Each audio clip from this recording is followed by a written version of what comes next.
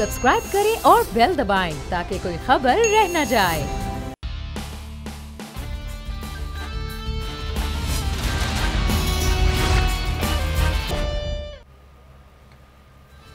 अस्सलामु अलैकुम। The special report with Mudassar Iqbal के साथ हाजिर खिदमत है।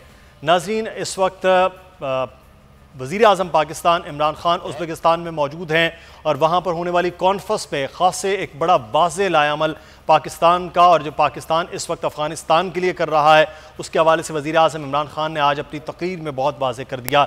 इससे पहले अशरफ गनी सदर अफ़गानिस्तान ने जिस किस्म की तकरीर में इल्ज़ामात भी पाकिस्तान के हवाले से लगाए, फिर उसके बाद नायब सदर के भी जो इल्ज़ामात है उसका भी दफ्तर ख़ारजा ने जवाब दिया है।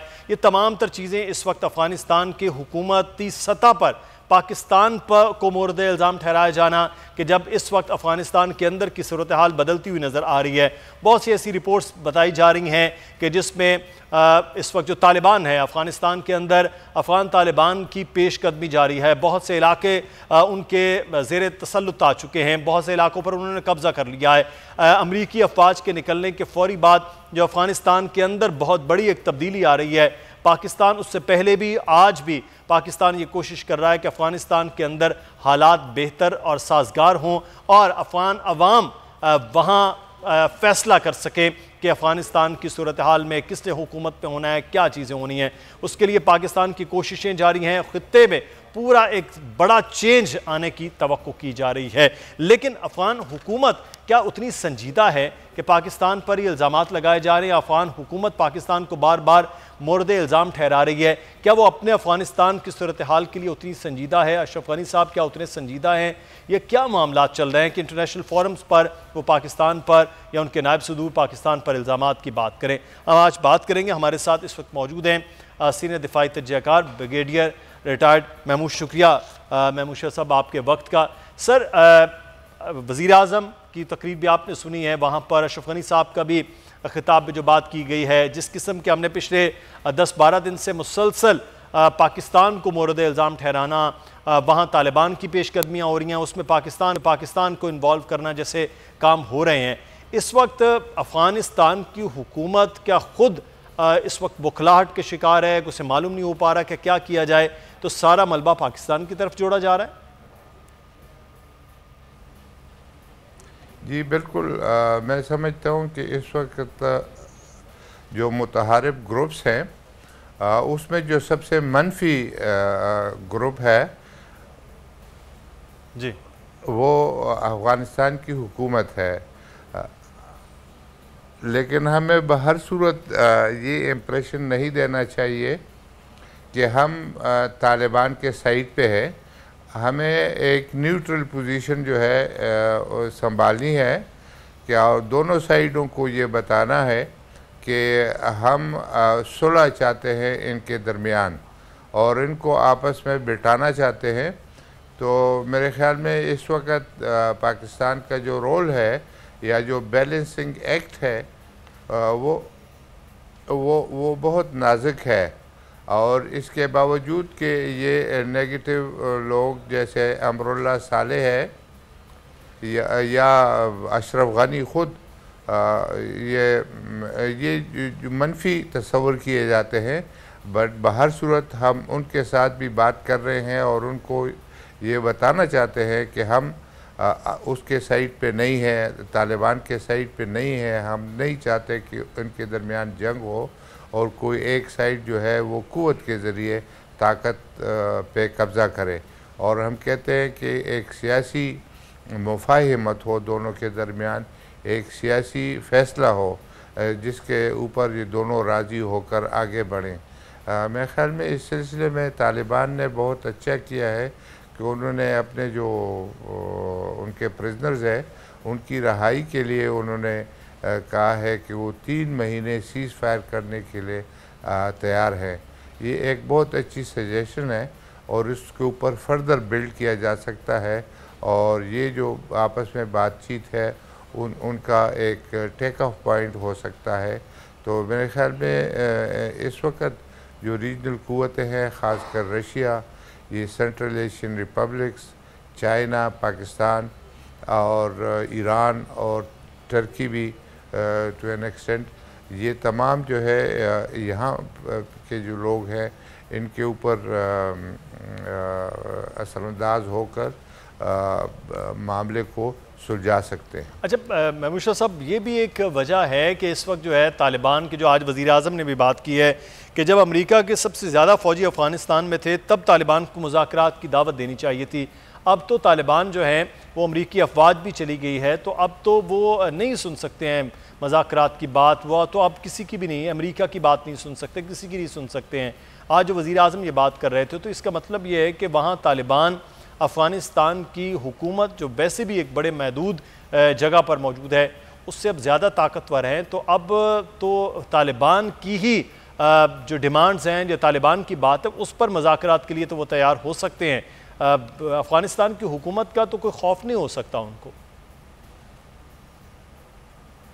जी बिल्कुल, अगर आप आज अमरुल्लाह साली की जो बातचीत है उसको सुने तो वो समझते हैं कि उनके पास बड़ी फ़ौज है, और है भी उनके पास, लेकिन अगर ये इतने तकड़े होते तो अफ़गानिस्तान की ये हालत ना होती जो मौजूदा तौर पे है। अमेरिका कभी अफ़गानिस्तान से न जाता अगर उनको यकीन होता कि ये अफ़गानिस्तान की जो फ़ौज है ये कुछ कर लेगी। बाहर सूरत हम कहते हैं कि जो कुछ भी है, जंग जो है वो किसी मसले का हल नहीं है, और इसके लिए इनको बैठना होगा, और जिस तरीके से आप किसी साइड को मजबूर नहीं कर सकते। तालिबान जो है उनको एडवांटेज हासिल है, तो वो नेचुरली उनको अगर आप बात करते हैं मुज़ाकरात तो वो मुश्किल होगा कि उनको बिठाएं। लेकिन अगर दूसरी साइड भी इसी तरीके से हो जैसे ये अफ़गान हुकूमत है, और इनमें जो लोग हैं जो उनके कारिंदे हैं, मेरे ख़्याल में उनको भी मनफी रवैया जो है नहीं रखना चाहिए, और दोनों को बिठाना होगा, दोनों से बातचीत करनी होगी, जिसकी भी वो बात सुनना चाहते हैं। यानी वज़ीर आज़म साहब जिधर आज मौजूद है वहाँ पर ताजिकिस्तान है, ये जो अमरुल्लाह सालेह है या ये अशरफ गनी की हुकूमत है, उनका एक सपोर्टर ताजिकिस्तान की हुकूमत है, तभी वहाँ बातचीत हो रही है और उनको समझाया जा रहा है कि आप इनको समझाएं, इनको बताएं, और वहीं पर जाकर ये पाकिस्तान के ख़िलाफ़ बयानात देते रहते हैं। मेरे ख़्याल में ये कोई अकल की बात नहीं है। सही, बिल्कुल ये अहम पॉइंट है। महमूद शाह साहब, हम रीजनलिज्म के हवाले से बात करेंगे क्योंकि बहुत बड़ा एक मंसूबा सी पैक पे पूरा रीजन जो है वो जुड़ा हो, उस पर भी बात करेंगे। लेकिन अब जो वज़ीर आज़म ने वहाँ बात की है, अशरफ गनी साहब भी वहाँ बात कर रहे हैं, उस पर हम मज़ीद बात करते हैं ज़फ़रुल्लाह शेख साहब से। फॉर्मर एम्बेसडर हैं, साबिक़ सफ़ीर हैं। बहुत शुक्रिया ज़फ़रुल्लाह साहब आपके वक्त का। सर, इस वक्त वज़ीर आज़म वहाँ पर मौजूद हैं, ताशकंद में पूरी कॉन्फ्रेंस हुई है, वहाँ खिताबात आपने भी वो देखे हैं, सुने हैं। मामला यह है कि पाकिस्तान कोशिश कर रहा है इस वक्त अफ़गानिस्तान के अमन अमल के लिए। पाकिस्तान कोशिश कर रहा है सबसे ज़्यादा कि जो अफ़गानिस्तान का अमन है वो, क्योंकि पाकिस्तान के लिए भी, रीजन के लिए भी माशी तौर पर बड़ा अहम है, तो इसमें आप समझते हैं कि जितनी संजीदगी पाकिस्तान एक हमसाया मुल्क होने की हैसियत से, एक बरादर मुल्क होने की हैसियत से कर रहा है, क्या वो संजीदगी का अमल इस वक्त अफ़गान हुकूमत की जानिब से नज़र आ रहा है? देखिए, शुरू से हम ये जो सारी पीस प्रोसेस था इसमें पाकिस्तान इन्वॉल्व रहा है, और नेचुरली उसमें अशरफ गनी की हुकूमत थी। हम तो यही चाहते हैं, जैसे आपने कहा कि एक ये अफगानिस्तान में अगर ड्यूरेबल पीस आएगा तो सारी चीज़ें हल हो जाएंगी। हम चाहते हैं क्योंकि इससे सारा असर पाकिस्तान पे पड़ेगा। रेफ्यूजीज नहीं आएंगे, टेररिज्म नहीं होगा, हमारा ट्रेड शुरू हो जाएगा, ताल्लुकात सब उनसे, अफगानिस्तान से हुकूमत से अच्छे हो जाएंगे।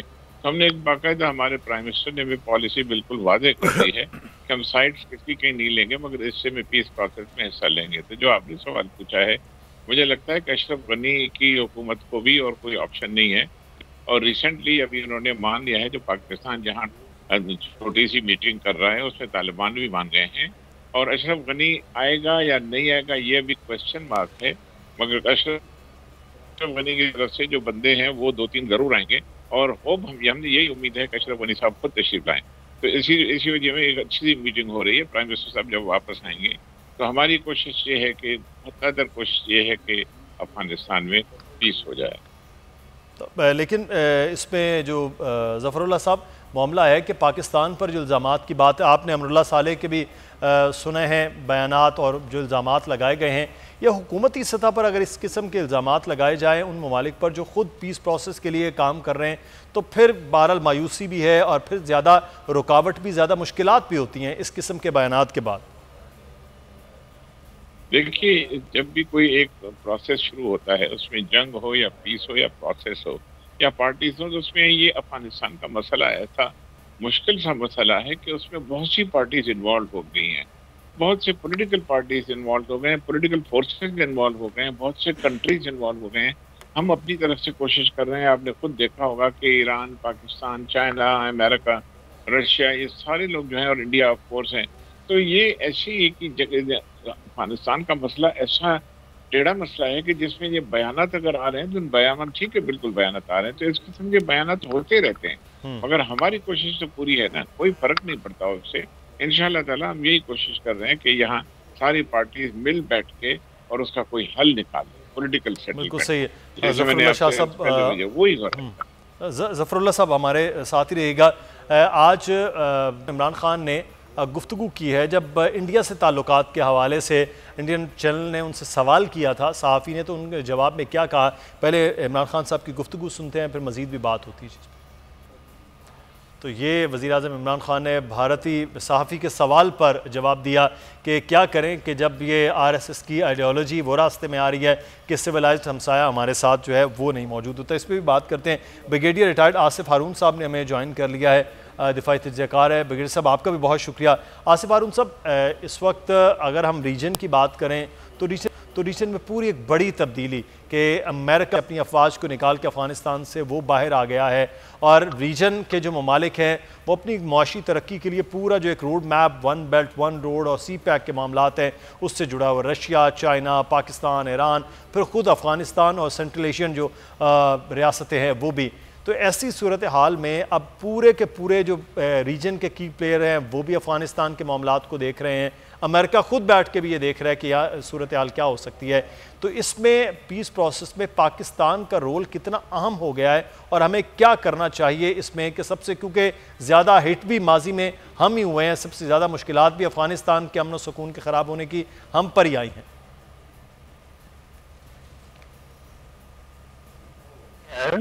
लेकिन अब हमने देखना ये है कि क्या हम भी अपने पत्ते जो है वो सही खेल रहे हैं, हमारा रोल वाकईतन सही है, और वो हमारी लॉन्ग टर्म पॉलिसी के लिहाज से ठीक है या नहीं। क्योंकि आज तक हम जो पॉलिसी हमने इख्तियार की हुई है वो ठीक है कि हम भी पीस का गाना गा रहे हैं, हम भी वहाँ पर सिक्योरिटी की बात कर रहे हैं अफगानिस्तान में, वो तो सारे ही कर रहे हैं। लेकिन 20 साल तक तो ये बात किसी ने नहीं की। जब अमेरिका और उसके इत्तेहादी जो वहाँ पर काबिज बैठे हुए थे तो उन्होंने तो कोई ऐसी कोशिश नहीं की कि वहाँ पर अमन लाएं, पीस लाएं, प्रॉस्पेरिटी लाएं। उन्होंने तो कोई बात नहीं की कि यहाँ पर एक ब्रॉड बेस्ड गवर्नमेंट बननी चाहिए और शेयर्ड पावर बननी चाहिए। एक माइनॉरिटी गवर्नमेंट को वो 2001 की एंड से लेके आज तक जो है उन्होंने रखा हुआ है, जो कि इलिजिटिमेट है, और करप्ट है, और जो मेजॉरिटी है उनको उन्होंने साइडलाइन किया हुआ है। तो वो तो नकायद सारे हैं ना। अब जब बात आ गई तालिबान के ऊपर कि वो एक विक्ट्री स्टैंड के नजदीक पहुंच गए हैं और ट्रॉफी उनके हाथ में आनी है, उस वक्त सब जो है उनको जो है मशवरे दे रहे हैं, बता रहे हैं कि आपने ऐसे करना है, ऐसे नहीं करना, ऐसे नहीं करना। और उसमें हम सबसे आगे जो है बढ़ बढ़ के ये बात कर रहे हैं। ये नहीं कहते कि जी अब जबकि चाबी कुंजी जो है तालिबान के हाथ में है, आप जो मर्जी कर लें, अब तालिबान ने आज नहीं तो कल वहाँ हुकूमत बना लेनी है। तो फिर उसके लिहाज से आपने अपनी तमाम पॉलिसी को जो है रिवाइज करके आगे चलना है, आप लेना है, उसको आपने सपोर्ट करना है। आपने रीजनल कंट्री जो आपके दोस्त है, खासकर चाइना और रशिया भी, उसको साथ मिलाना है, क्योंकि ये स्पॉइलर नहीं है। ये चाहते हैं कि पीस हो, ये तालिबान इस वक्त चाहते हैं कि पीस हो। कौन नहीं चाहता? जो पीस है वो वहाँ की जो हुकूमत है, जो इंडिया है और अमेरिका खुद, जो कि अब हार चुका है, लेकिन वो अपनी हजीमत को मिटाने के लिए इस तरह के जो है ना गीतकार है कि जी वहाँ खून खराबा हो जाए, लॉलेसनेस हो जाएगी, सिविल वॉर हो जाएगी। ये तो नैरेटिव है। हमने उनके नैरेटिव को क्यों पकड़ के उसको तकलीफ पहुंचा रहे हैं? हम तो अच्छी बातें करें, खुशी की बातें करें कि अब इंशाल्लाह पीस आ जाएगा। तो मेरा तो ये नजरिया है, क्योंकि जब तक वहाँ गवर्नमेंट है वहाँ रहेगी या इसके साथ शेयर्ड गवर्नमेंट होगी, इंडिया भी वहाँ बैठा रहेगा और हमारे खिलाफ जो ये उन्होंने कोवर्ट वॉर जो 2002-3 से शुरू की थी वो जारी और सारी रहेगी। अब भी आपने देखा कि इंडिया जो है वहाँ पर उनके लिए हथियार भी फेंक रहे हैं, बिलियन रुपीज उनके जो है ना चवन बॉर्डर के नजदीक जो है स्पीन बोल्ट में पकड़े हैं और अभी भी यहाँ पर जो है ना टेररिज्म की वाकयात जो है ना हर रोज हो रहे हैं। बल्कि ये तो बहुत ज़्यादा बात हो रही है रॉ की, एनडीएस की, CIA की यहाँ पर कि वो पहले भी पाकिस्तान के ख़िलाफ़ ये चीज़ें होती रही हैं और अब भी हो सकती हैं अगर वहाँ जैसी ये मुकम्मल प्रोसेस नहीं हो जाता है। लेकिन महमूद साहब, एक सवाल यहाँ पर बड़ा अहम है। आप 9/11 के बाद से अफ़गानिस्तान की सूरत हाल को बहुत देख रहे हैं कीनली। अमेरिका आया, अफ़गानिस्तान की सूरत हाल जो थी पिछले 20 साल के बाद अब अमेरिका चला गया। अगर हम ये आपसे पूछें कि अमेरिका ने हासिल अफ़गानिस्तान से क्या किया है, मकसद जो अफ़गानिस्तान में आने का था वो क्या है, और अब जब वो छोड़ के जा रहा है तो क्या बचाया अफ़गानिस्तान? मेरे ख्याल में जी तो डेफिनेटली सब लोग जानते हैं कि अमेरिका आया और उसने जो ऑब्जेक्टिव अहदाफ अपने सामने रखे उसको वो हासिल नहीं कर सका। अफ़गानिस्तान में काफ़ी सारे सुपर पावर जो है पहले भी फेल हो चुके हैं। ब्रिटिश इंडिया का हमें मालूम है, रशिया का हम देख चुके हैं और अभी America the only super power वो भी फेल हो चुका है कि वो अफ़गानिस्तान में अमन लाएँ। उनके अहदाफ क्या थे? प्रॉबेबली अगर हमारे यहाँ अहदाफ ये है कि अफ़गानिस्तान में अमन हो, वो शायद अमेरिका के अहदाफ ये न हो। वो शायद अफ़गानिस्तान में रहकर रूस के ऊपर अपना दबाव रखना चाहता था या चाइना के ऊपर अपना दबाव रखना चाहता था या पाकिस्तान को भी एक न्यूक्लियर पावर है अपने दबाव में रखना, ये उसके अहदाफ थे। लेकिन उसका रहना यहाँ पर अफ़गानिस्तान में वो इतना कॉस्टली बनाया गया कि उसने फ़ैसला किया कि वो यहाँ से चला जाए। अहदाफ उनके हासिल नहीं हो सके, ना ये शॉर्ट टर्म जो हमें नज़र आते हैं कि पीस होना चाहिए, अफ़गानिस्तान में अमन होना चाहिए, और या दूसरे जो उनकी थी कि चाइना को दबाव में रखा जाए, रशिया को भी, तो मेरे ख़्याल में वो अहदाफ उनको हासिल नहीं हो सके और वो यहाँ से चले गए। अभी जो हमारे सामने हदफ है वो है कि अफ़गानिस्तान में अमन हो। ये जो ब्रिगेडियर साहब ने एक बात की है कि अभी तालिबान जीत रहे हैं, तालिबान पहले जीते थे लेकिन अभी जो है उनके सामने ये जो अफ़गान आर्मी है ये पहले 3,10,000 के करीब थी, उसमें से कुछ डिजर्शंस वगैरह हुई है तो चलो 2 लाख के करीब तो होंगे इनके फ़ौज, तो ये मौजूद है।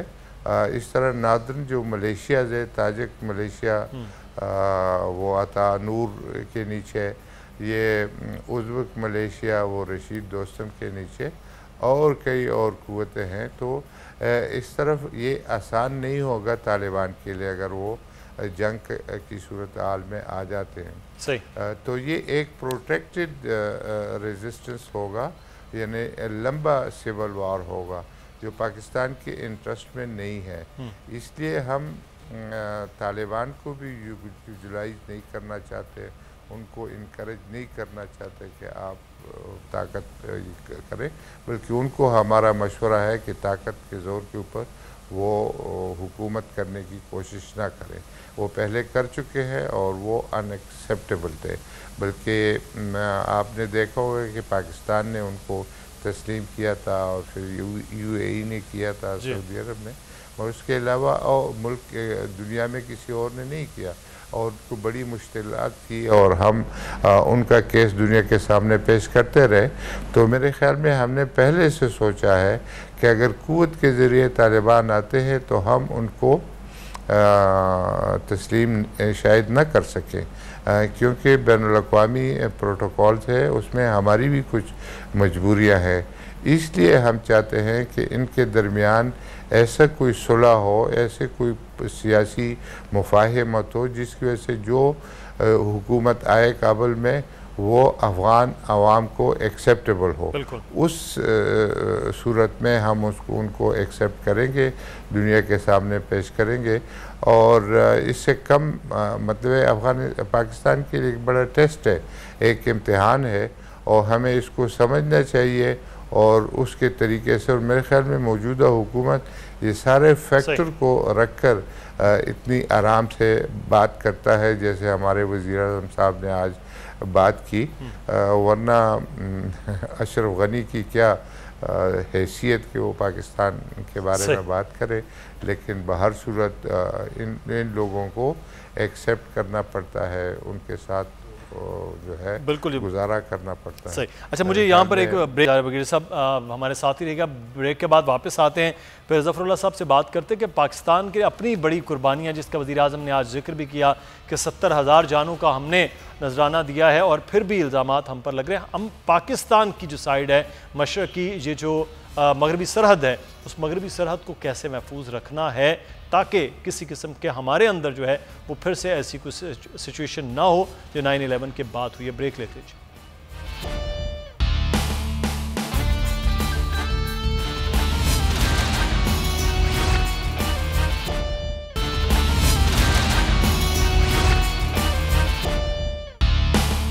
ब्रेक के बाद आपको खुशामदीद कहते हैं प्रोग्राम में, और हमारे साथ मौजूद हैं हमारे मेहमान ज़फ़रुल्लाह शेख साहब। आपसे सर सवाल है कि इस वक्त पाकिस्तान का एक रोल तो अफ़गानिस्तान के अमन के हवाले से, दूसरा आप मालूम है कि 9/11 के बाद जो कुछ सूरत हाल रही, फिर उसके बाद ज़रब अज़ब और रद्दुल फ़साद के बाद हम जाके पाकिस्तान में अमन को कायम कर पाए हैं। इस वक्त बहुत बड़ा ये चैलेंज है कि अफ़गानिस्तान में अगर शोरश होती है तो उसके असरात डायरेक्टली पाकिस्तान पर आते हैं, पाकिस्तान के शहरों तक पहुँचते हैं। तो इसको किस तरह से जो मगरबी सरहद है उसको महफूज बनाने का एक तरफ तो काम जारी है, अब रोल पाकिस्तान का इस मामले में क्या है कि अफगानिस्तान से होने वाली वो शोरश वो रोकी जा सके? यही हम कोशिश कर रहे हैं कि जो पहले इन्फ्लक्स हुई थी, इतने पहले से ही 50 लाख से लेके 70 लाख के करीब अभी अफगान मुहाजिरीन कहते हैं एक फिगर के मुताबिक कि पाकिस्तान में आ चुके हैं। अब वो आ चुके हैं तो वापस तो जाएंगे नहीं, कितनी भी हम कोशिश करें। आपको पता है जब रशिया यहाँ से चला गया तो उसके बाद सारी चीज़ें आई, तो ये अफगानिस्तान हमेशा एक बैटल फील्ड रही है। अब वो उसमें जो भी वॉर रही है उसमें पाकिस्तान में तो का हमेशा किरदार जो रहा है, मगर हमें नुकसान ये हुआ है जैसे आपने कहा कि रेफ्यूजीज इतने आ गए हैं जिससे हमें बड़ा नुकसान हो गया है। तो अभी हम कोशिश ये कर रहे हैं कि बॉर्डर तक रेफ्यूजीज को रेस्ट्रिक्ट किया जाए, वो ज़्यादा शहरों में ना आए, जो मुझे लगता है कि बड़ी मुश्किल की एक्सरसाइज होगी, मगर फिर भी कोशिश ये हो रही है जैसे ईरानियंस ने किया है तो वहाँ इनको शहरों तक इनकी जो है रसाई ना की जाए। हमारी यही कोशिश होगी। इसी वजह से भी हम कोशिश कर रहे हैं सारी चीज़ें कि अफगानिस्तान में अगर अमन होगा तो ये चीज़ें नहीं होंगी। और इसकी ये भी है कि पॉसिबिलिटी है कि जो अफगान रेफ्यूजीज और वहाँ पीस आएगा तो यहाँ जो है कुछ उसमें से काफ़ी अफगान रेफ्यूजीज अपने घरों को वापस जाएंगे। इसी वजह से पाकिस्तान कोशिश कर रहा है। दूसरा ये है कि central African Republic central Asian जो रिपब्लिक्स हैं कार जो हैं, वहाँ भी हमारा जो बहुत अगर गेटवे किस्म का हो जाएगा अफगानिस्तान, अगर वहाँ अफगानिस्तान में पीस आ गया तो वहाँ तक हमारी काफ़ी रसाई हो सकती है और ट्रेड हमारी बढ़ सकती है। नंबर 2। नंबर 3 ये है कि इतने सालों तक अफगानिस्तान जो है वो सफ़र कर रहा है। इसमें जो सबसे इम्पोर्टेंट चीज़ जो मैं मेंशन करना चाह रहा हूँ कि अफगानिस्तान में अपने जो वॉरलॉर्ड्स हैं उनका बड़ा इन्फ्लुएंस है और तालिबान एक बहुत बड़ा फोर्स बन चुका है। एक स्कूल ऑफ थॉट ये कह रहा है कि तालिबान अल्टीमेटली काबुल तक पहुंच जाएंगे और हुकूमत फॉर्म करेंगे। मुझे इसके बहुत वल्नरेबिलिटी नज़र आ रही है और मुझे इतनी जल्दी पॉसिबिलिटी नज़र नहीं आ रही है। और मैं समझता हूँ कि मेरा जो अभी जो अफगानिस्तान के हालात हैं, मुझे लगता है कि we are going towards civil war, क्योंकि ये इतने वहाँ इतने ग्रुप हैं, नॉर्दर्न अलायंस के ग्रुप हैं, दूसरे हैं, हज़ारा से हैं, उज़्बेक्स हैं, ताजिक हैं, ये वहाँ बहुत स्ट्रांग लैंग्वेज। एक जगह कोई एक मुल्क होता है जिसको दूसरा मुल्क आके वहाँ बैठ जाए। अमेरिकन क्यों फेल गए वहाँ? वो इसी वजह से फेल गए कि तालिबान का एक बहुत बड़ा फोर्स था और दूसरे भी फोर्सेस तो वहाँ जो है वो एक्ट कर रहे थे। इसी वजह से वो कामयाब नहीं हो सके और वापस चले गए। रशियन की वजह से वापस चले गए। अफगानिस्तान में इसी वजह से इतना अभी स्ट्रांग ग्रुप्स हो चुके हैं कि जो हुकूमत बनेगी, जो मुझे नहीं लगता कि एकदम इतनी जल्दी हुकूमत बनेगी। पाकिस्तान पूरी कोशिश कर रहा है, ईरान कोशिश कर रहा है, चाइना कोशिश कर रहा है, रशिया कोशिश कर रहा है, टर्की कोशिश कर रहा है, तो वहाँ इन्वेस्टमेंट भी हो, सारी चीजें। मगर स्पॉइलर कौन है? सबसे बड़ी जो बदमाशी वो हिंदुस्तानियों की हो रही है, क्योंकि उनकी इन्वेस्टमेंट थी वो तबाह हो गए, रॉ के एजेंट्स वहां से चले गए, इतनी कॉन्सुलेट्स उन्होंने की हुई थी, वहां से हमें नुकसान कर रहा था। दूसरा जो है, हम ये चाहते हैं कि अगर वहाँ अमन हो गया तो टेररिज्म नहीं होगी। टेररिज्म की वजह से हमने कितना सफर किया है, आपको पता है। 70,000 हमने जाने दी हैं अप्रोक्सीमेटली। इतना खर्च किया है वो तो अमेरिकन ने दिया भी नहीं और शाबाश भी नहीं दी। हमें बुरा भला कहा अमेरिकन के लिए हम आए यहाँ जब रशियन चले गए थे। तो बहरहाल जो भी है, जैसे ये हालात हैं, इन सारे हालात को मद्देनजर रखते हुए इसी वजह से हमारे प्राइम मिनिस्टर और हम ये चाहते हैं कि वहाँ पीस आ जाए। पीस आएगा तो वहाँ ये होगा कि ये चीज़ें सारी हमारे लिए आसान हो जाएंगी। रेफ्यूजीज का प्रॉब्लम अमेरिकन ने भी रियलाइज किया है, वो भी हमारे साथ तभी चाहते हैं कि बात करके अच्छी तरह से पाकिस्तान को इन्वॉल्व रखें। बिल्कुल, ये चैलेंजिंग सिचुएशन है ज़फ़र साहब, ये चैलेंजिंग सिचुएशन है। इसमें आसिफ हारून साहब, बगड़ी साहब, ये पाकिस्तान के एक बहुत बड़ा मंसूबा जो पाकिस्तान और चाइना की सूरत में सी पैक का है। अब सी पैक के ऊपर जब से जितनी तेज़ी के साथ काम होता है, कहीं ना कहीं किसी न किसी जगह उस पर अटैक करने की कोशिश होती है। हम देखते हैं कि वो अफ़गानिस्तान के ज़रिए यानी कि NDS के ज़रिए या रॉ में कहीं ना कहीं इन्वॉल्वमेंट वो चीज़ें नज़र आती हैं। अब चाइना पाकिस्तान के लिए नहीं, इस पूरे सेंट्रल एशियन रियासतों के लिए पूरे एक बिज़नेस की ये हब है। यहाँ पाकिस्तान के लिए कितना बड़ा चैलेंज है और किस तरह से हम इस मुआशी जो हम पाकिस्तान की तरक्की का एक रोड मैप है उसको बेहतर बना सकते हैं, और उसके लिए अब पाकिस्तान को क्या करना होगा? जी देखें, पहले कुछ चीज़ें क्लियर करें। मैंने अपने गेस्ट से और बातें सुनी हैं और मेरे अपने जो है ना इस पे ख्यालात हैं। जी जी। अब देखिए जी कि जो हम पीस की बात करते हैं, हम सी पैक की बात करते हैं, हम सेंट्रल एशिया की बात करते हैं, वो नहीं हो सकता जब तक कि अफगानिस्तान में पीस न आए। बिल्कुल ठीक है जी। जो आपकी सेंट्रल एशियन रिपब्लिक जो अमेरिका की ख्वाहिश थी, जो उसने भेजा कि जी पाइपलाइन बिछाएंगे गैस और ऑयल के, वो तो नाकाम हो गए। और अभी 20 साल जो है उन्होंने लगाए, उसमें भी वो नाकाम हुए और वो कुछ नहीं कर सके। अब इस वक्त जो है मैं देख ही रहा हूँ कि तालिबान ने एक बहुत खूबसूरत स्ट्रेटजी जो है वो अपनाई हुई है, और इसको आप कंपेयर करें जब उन्होंने 94 में अपना ऑफेंसिव शुरू किया था कंधार से और फिर उन्होंने कब्जा किया और अपनी हुकूमत बनाई, उसको आप कंपेयर की बात करें। वहां उनसे जो आज उन्होंने ये समझा और ये सोचा कि गलती क्या की थी कि इन्होंने नॉर्दर्न पार्ट ऑफ अफगानिस्तान को आखिर में गए, जिसकी वजह से ये हुआ कि एक फॉल बैक पोजीशन मिल गई नॉर्दर्न अलायंस को, और वो उसने 7 से 8% शेयर वैली में रखा और कायम रखा आखिर तक, और वहीं से फिर बाद में जो उनके ऊपर भी ऑफेंसिव लॉन्च हुआ। आज उन्होंने क्या किया है कि उन्होंने सबसे पहले नॉर्दर्न अफगानिस्तान को अपने कब्जे में तकरीबन कर लिया हुआ है। जो एंट्री पॉइंट्स हैं, ट्रांजिट रूट्स हैं, ताजिकिस्तान, उज्बेकिस्तान और तुर्कमेनिस्तान की, वो उन्होंने अपने कब्जे में कर लिए हुए हैं। इसी तरह ईरान की तरफ जो क्रॉसिंग पॉइंट था वो भी उन्होंने कर लिया, पाकिस्तान की तरफ कर लिया। अब उनके पास इस वक्त तमाम ट्रांजिट रूट वो इस वक्त जो है ना फंक्शनल है, वो पैसे कमा रहे हैं। इंटर प्रोविंशियल टोल प्लाजा उन्होंने लगाया हुआ है, उससे भी वो पैसे जनरेट कर रहे हैं और अपने स्टेट के खर्चे कर रहे हैं। जो उन्होंने इस वक्त जो शेडो गवर्नर बनाए हुए हैं वो अपना काम कर रहे हैं, काजी कोर्ट फंक्शनल है। अब हो क्या रहा है, एक तरफ तो उन्होंने एक मिलिट्री स्ट्रेटजी बनाई और उसमें उन्होंने 5 कमांड्स बनाए, western, eastern, southern, central and northern, और उसके कमर्शियल कमांडर्स उन्होंने बना लिए कि ये क्या करना है। आज उनके पास 85% जो इलाका है उनके कब्जे में है। मासरफा शहरों के उसमें भी एक बदीस जो है वो उन्होंने ले लिया हुआ है, और वो उनका ख्याल ये है कि अब जब अमेरिका फाइनली 31 रहेगा इसमें तेजी आ जाएगी। अब ये जो है इन्होंने न सिर्फ ये कि 85% एरिया पे कब्जा किया हुआ है, जितनी शाराएं हैं, रोड इंफ्रास्ट्रक्चर है, उसके ऊपर भी उन्होंने डोमिनेट कर लिया हुआ है।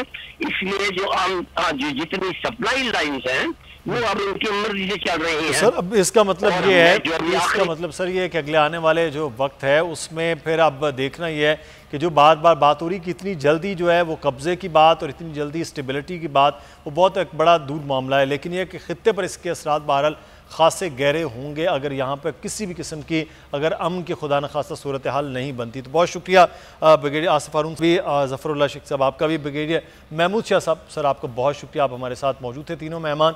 आगे बढ़ेंगे, अब कुछ बात कर लेते हैं कि अब पाकिस्तान में पेट्रोलियम मसनूआत की कीमतें पाकिस्तान की तारीख में बुलंद तरीन हो गई हैं, और इसके बाद अब ये कहा जा रहा है कि महंगाई का एक जो तूफ़ान चल रहा था वो मज़ीद बढ़ेगा। इस पर बात करते हैं, हमारे साथ मौजूद हैं शान सईद साहब, इकोनॉमिस्ट हैं। बहुत शुक्रिया शान सईद साहब आपके वक्त का। हमारे साथ डॉक्टर जासिर आफ्ताब साहब मौजूद हैं। डॉक्टर साहब आपका भी बहुत शुक्रिया। शान सईद साहब आपसे आगाज़ करते हैं, ये पेट्रोलियम मसनूआत की कीमतें बढ़ी हैं, हुकूमत ये कह रही है कि ख़ित्ते में सबसे कम है, लेकिन पाकिस्तान की जो पेट्रोलियम मसनूआत की कीमतों की तारीख है उसमें सबसे ज़्यादा इस वक्त बढ़ी हैं। तो ये तो डायरेक्टली इफ़ेक्ट होगा कि आज पेट्रोलियम मसनूआत की कीमतों में इजाफा हुआ है, कल जो है वो हर चीज़ की जो अशिया खुरोनोश है उनकी कीमतों में इजाफा हो जाएगा। जो हुकूमत कह रही है कि महंगाई कंट्रोल कर पाएंगे, वो तो फिर बहुत दूर हो गया मामला। अगर आप देखें इस साल के शुरू में ऑयल प्राइस जो थी वो $50 पे ट्रेड कर रही थी, और जब मैं आपसे बात कर रहा हूँ ऑयल प्राइस जो है वो इस वक्त $73 पे ट्रेड कर रही है। तो 45% उसका ग्रोथ है इस साल। तो ये ऑयल प्राइस का जो ग्रोथ है वो एक्सपेक्टेड थी। जो आपने बात की कि ऑयल की वजह से महंगाई होगी, बिल्कुल होगी, क्योंकि हर चीज़ का ताल्लुक ऑयल एंड गैस से है, और पाकिस्तान की जो इकॉनमी ओवरऑल वो ऑयल बेस्ड है, क्योंकि हम ऑयल इंपोर्ट करते हैं, हमारी एक्सपोर्ट जो है वो काफ़ी हद तक डिपेंड करती हैं ऑयल एंड गैस पे, और हमारा काफ़ी जो फॉरेन एक्सचेंज रिजर्व है वो ऑयल गैस की पेमेंट में चला जाता है। तो ऑब्वियसली महंगाई में इजाफा होगा, लेकिन मेरा ख्याल है इसमें लोगों को भी चाहिए कि वो अपनी स्ट्रेटजी बनाएं और वो अपने आप को अवेयर रखें कि जी खित्ते में क्या हो रहा है और ग्लोबली क्या हो रहा है, क्योंकि ये गवर्नमेंट को अल्टीमेटली करना पड़ेगा, क्योंकि हाई ऑयल प्राइसेस से वो कितनी देर तक वो उसको एब्जॉर्ब करेंगे, ऑब्वियसली उनको पास ऑन करना पड़ेगा कंज्यूमर्स को। तो मेरा ख्याल है ये टफ डिसीजन था गवर्नमेंट का, लेकिन इवेंचुअली उनको लेना पड़ा, और महंगाई जो है वो डेफिनेटली होगी। बिल्कुल सही है। डॉक्टर यासिर आफ्ताब साहब से हम बात करते हैं, और हम बात कर रहे हैं इस वक्त महंगाई की सूरत हाल के हवाले से। डॉक्टर मोहम्मद जासिर हमारे साथ मौजूद हैं। डॉक्टर साहब, ये महंगाई की जो सूरत हाल है वो डायरेक्टली इफेक्ट होती है कि ऑयल प्राइसेस बढ़ते हैं, महंगाई हो जाती है। इस वक्त आज की तो खबर बहरहाल ये भी है कि जिसमें सब्सिडी दी जा रही थी यूटिलिटी स्टोर्स पर, वहाँ से हटाई गई है। चीनी 15 रुपये हो गई, मज़ीद महंगी हो गई है। इसी तरह से ऑयल की प्राइस में 90 रुपये इजाफा हो गया, कुकिंग ऑयल में, इस तरह बाकी चीज़ें बढ़ गई हैं। तो ये जो हुकूमत पर बोझ आ रहा था सब्सिडी की सूरत में, या हुकूमत रोके हुए थी पेट्रोलियम, अब तो आवाम पर आई है, तो ये तो बड़ा मुश्किल नहीं हो जाएगा अगले आने वाले दिनों में आवाम के लिए भी? जी डेफिनेटली जी, क्योंकि जो अवाम है उसको तो अदाद शुमार का नहीं पता होता, और अवाम यही देखते हैं कि जो प्राइस बढ़ी है वो उसका जो अल्टीमेटली बोझ है वो उन्हीं को बर्दाश्त करना पड़ रहा है। और डेफिनेटली जब फ्यूल प्राइसेस इंक्रीज होंगी उसमें यकीनन कोई ना कोई टेक्निकल लेवल पे जस्टिफिकेशन हो सकती है हुकूमत की तरफ से, बट क्योंकि उसका अल्टीमेटली इम्पैक्ट आवाम ही ने बर्दाश्त करना है, तो वो तो इसको डेफिनेटली एक अपने लिए बुरी खबर भी समझेंगे और अपने ऊपर एक नई मुसीबत समझेंगे। और चूँकि हमारी जो फ्यूल प्राइसेस हैं उनका डायरेक्ट ताल्लुक है ट्रांसपोर्टेशन में और अल्टीमेटली अदर प्रोडक्शन सिस्टम्स के अंदर, तो फिर उसका जो इफेक्ट है वो डिफरेंट जो प्रोडक्ट्स हैं, जो कि कंज्यूमर प्रोडक्ट्स हैं, उन पर भी अल्टीमेटली डेफिनेटली आएगा, और जिससे डेफिनेटली जो प्राइसेस हैं अगले दिनों में हमें उनमें इजाफा को देखने को मिलेगा। सही। अच्छा शान सईद साहब, मैं एक मेरे पास ये रिपोर्ट जो टैक्स चोरी के हवाले से शौकत तरीन साहब ने तहरीरी जवाब सेनेट में जमा करवाया, वो बड़ा होशुबा है कि 9 माह में 846 खुफिया रिपोर्ट्स के मुताबिक 147 अरब यानी कि 1 खरब 47 अरब रुपए की टैक्स चोरी की निशानदेही की गई है। एक ऐसा मुल्क जहां टैक्स पहले ही बहुत कम है, टैक्स पेयर बहुत कम लोग हैं, फाइलर बहुत कम हैं, वहाँ पर ये जो टैक्स चोरी का इतना बड़ा फिगर, ये तो सिर्फ ये है कि इतना इकट्ठा हुआ, शायद इससे बहुत ज़्यादा होगा। वहाँ हो तो फिर वहाँ की हुकूमतों के लिए काम करना तो बहुत ही मुश्किल हो जाता है कि वो किस तरह से डिलीवर कर सके, किस तरह से वो रिलीफ की सूरत बना सके। ये एक सिर्फ छोटी सी एक रिपोर्ट जो जमा हुई है, उसमें 846 खुफिया रिपोर्ट से 147 अरब रुपए की टैक्स चोरी है। शान सईद साहब, बिल्कुल, ये हमारे मुल्क का एक बहुत बड़ा अलमिया है कि लोग पैसा कमाना चाहते हैं, लेकिन जब टैक्स की बारी आती है तो वो टैक्स देना नहीं चाहते। इसमें दो फैक्टर्स हैं, एक तो लोगों का जो ट्रस्ट लेवल है FBR में वो काफ़ी उसमें डेफिसिट है, दूसरा ये कि हमारे मुल्क में डॉक्यूमेंटेशन नहीं है जिसकी वजह से इतनी चोरी है। लोग कमाते हैं तो लाखों में, लेकिन जब टैक्स देने की बारी आती है तो वो कहते हैं हमें तो कोई प्रॉफिट ही नहीं हुआ। इसमें मेरे ख्याल है दोनों साइड्स इन्वॉल्व है। मैं ये नहीं कहता कि खाली अवाम ही नेक है और FBR ही खाली गलत है। इसमें मेरा ख्याल है जो बेसिक चीज़ है हमारे मुल्क में, जो 1947 से लेके आज तक है, कि हमारे मुल्क में एजुकेशन नहीं है।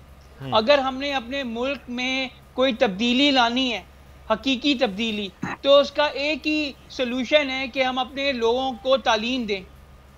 और हमने अगर पाकिस्तान ने साउथ कोरिया की तरह बनना है या मलेशिया की तरह बनना है या सिंगापुर या टर्की या दूसरे ममालिक की तरह बनना है, तो उसका एक ही सलूशन है, वो ये है कि हमें अपनी खवातीन को तालीम देनी होगी। उन मुल्कों ने अपनी इकोनॉमिक डेस्टिनी इसलिए चेंज की कि उन्होंने अपनी खवातीन को जो है तालीम देकर आज वो आगे निकल के, ज़्यादा दूर की बात नहीं है, 1990 में वियतनाम का पॉवर्टी लेवल 62% था और आज वियतनाम का पॉवर्टी लेवल 5% से कम है। उन्होंने किया क्या है? अगर आप 2019 का इकोनॉमिस्ट मैगजीन देखें, जिसमें उन्होंने बताया कि वियतनाम ने अपनी इकोनॉमिक डेस्टिनी जो है वो औरतों की तालीम पे फोकस करके अपनी इकोनॉमी को चेंज किया है।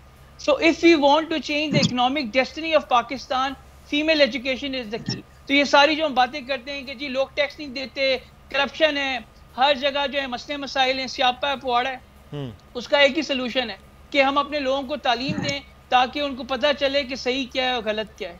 सही, ये बड़ा एक अहम पॉइंट है कि जब पाकिस्तान की 50% आबादी जो है वो डायरेक्टली पाकिस्तान की इकॉनमी में इन्वॉल्व भी नहीं है, तालीम याफ्ता नहीं है, स्किल्ड नहीं है, तो उसके बाद फिर बोझ जो है वो बाकी 50% जो कमा रहे हैं वो उधर शिफ्ट होगा और फिर पाकिस्तान की पर कैपिटा इकॉनमी भी यही सूरत हाल होगी और फिर टैक्स चोरी और इस किस्म के मामला भी सामने आएंगे। बड़ा एक अहम पॉइंट शान सईद साहब आपने बात की है। डॉक्टर यासिर साहब, एक चीज़ ये अभी आपने कराची में देखा होगा, ये एक मुहिम शुरू की गई। पहले कहा गया जी कि चिकन महंगा है, ये ना ख़रीदा जाए, उसके ख़िलाफ़ बायकॉट हो जाए। फ्रूट महंगा होता है रमज़ान में, उसके ख़िलाफ़ बायकॉट मुहिम आती। अब दूध की कीमतें बहुत ज़्यादा हैं कराची में, उसके ख़िलाफ़ एक मुहिम चल रही है। कल से सोशल मीडिया पर बैनर्स लगा दिए गए मुख्तलिफ़ जगहों पर। तो क्या इस तरह से बायकॉट करके किसी चीज़ का क्या कीमतें कम हो सकती हैं, या जो कंज्यूमर है वो अपना एहतजाज सिर्फ कर सकता है? इसको किस तरह से रोका जा सकता है कि कोई चीज़ है वो अपने जो ग्रास उसका है कीमत उससे भी बहुत ज़्यादा बढ़ जाए? तो ये रद्द अमल देना चाहिए।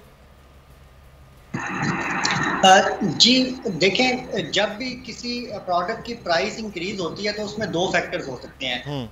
एक तो ये फैक्टर होता है कि उसमें किसी जगह कोई नाजायज मुनाफा कमाया जा रहा है, और दूसरा फैक्टर ये हो सकता है कि जो मजमूई तौर पर महंगाई है उसका असर उस प्रोडक्ट पे पड़ रहा है।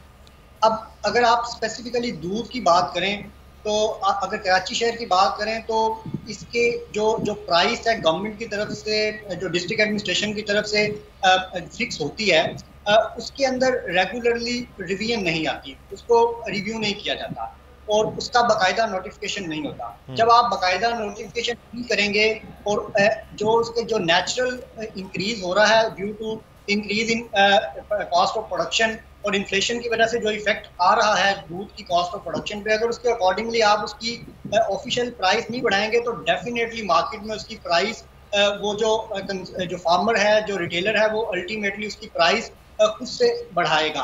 अब इसका मुकाबला इस तरह से करना कि जी आप किसी जगह प्रोटेस्ट करना शुरू कर दें, वो तो डेफिनेटली किसी का हक है कि वो प्रोटेस्ट करे, बट इसको हमें देखना पड़ेगा कि ये जो दूध की कीमत में इजाफा होता है ये जस्टिफाइड है। उसकी रीजन ये है कि जो जितनी भी इनपुट्स हैं डेयरी प्रोडक्शन सिस्टम के अंदर वो जब बढ़ जाती हैं, उसमें जानवरों की खुराक है, जानवरों की अपनी प्राइस है, फिर उनकी ट्रांसपोर्टेशन जिसपे और फिर जो आपकी अजनास और फॉडर्स और दूसरी जो प्रोडक्ट्स हैं जो इनपुट फार्मिंग में यूज हो रही हैं, उनका भी अल्टीमेटली जो वो डायरेक्टली रिलेशन होता है फ्यूल प्राइसेस का भी, उनकी ट्रांसपोर्टेशन भी इफेक्ट हो रही होती है और उससे अल्टीमेटली जो आपके जो दूध की कॉस्ट ऑफ प्रोडक्शन है उसमें इजाफा फितरी है। सही। और जहाँ जो है वो जो चीज़ें बाकी महंगी हो रही हैं उसके इफेक्ट जो है वो दूध की कीमतों तक आ रहा है, लेकिन इस पर भी लोगों ने बहरहाल वो एहतजाज कर रखा है। आप देख रहे हैं ये किस पर क्या हो सकता है। डॉक्टर जासिर साहब आपका, शान सईद साहब आपका बहुत शुक्रिया, आप मलेशिया से हमारे साथ होते हैं, पाकिस्तान की इकॉनमी के हवाले से बात हो रही होती है। प्रोग्राम से मुदस्सिर इकबाल को इजाज़त दीजिएगा इस उम्मीद, इस दुआ, इस तवक्को के साथ कि पाकिस्तानियों के लिए और पाकिस्तान के लिए हर दिन और हर रात अमन और सुकून का हो। अल्लाह हाफिज़।